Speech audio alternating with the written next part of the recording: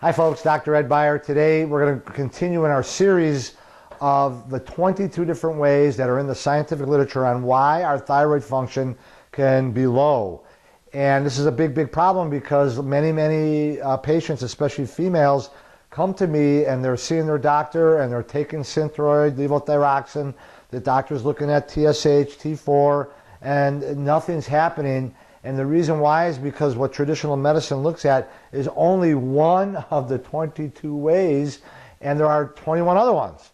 And it's been my experience that when a female comes to me, they've got 3, 4, 5, 6 different ways, and until we address all of those ways that they have, they're never going to get their health back, and let alone their thyroid function back. So proper testing is really important with this stuff, and going to a doctor who really understands the intricacies and the complexity of thyroid function. Today I'm going to talk about reason number 9, and this is a very common thing that I see in my clinic, and it's due to an enzyme that's not working. Now, the active form of thyroid hormone is T3. It's not T4.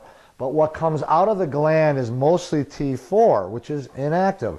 It has 4 atoms of iodine on it. T3 has 3 atoms of iodine. T3 is the active form. Now, the T4 that comes out of the gland, like over 90% of what comes out of the gland is basically inactive.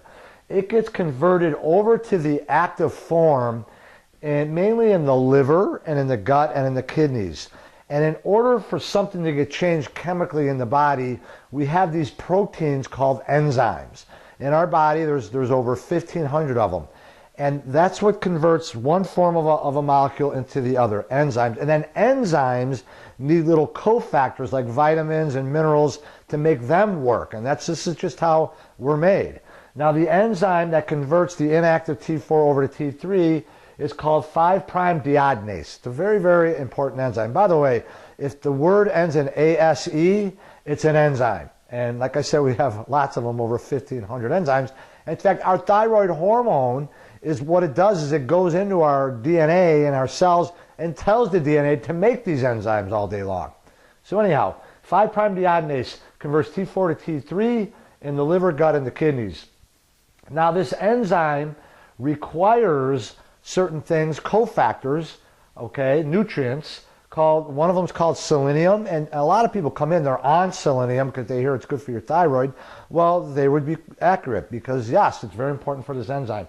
Zinc, copper, and vitamin B2 riboflavin. Many of my patients that come to see me are deficient in these cofactors. Therefore, that enzyme is not able to work, and they're having a conversion problem of T4 into the active T3.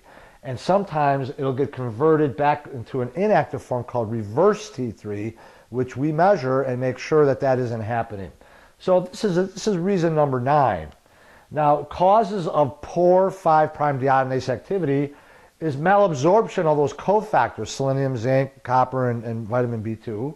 And so these would be people who are bloated, or they get gas after they eat, or they have constipation, diarrhea, digestive symptoms, which is a very common thyroid symptom. Poor diet, they're not getting these nutrients in the diet to make the enzyme work. Poor liver function, because that's where T4 gets converted over to T3. Poor kidney function, again, that's where T4 gets converted over to T3.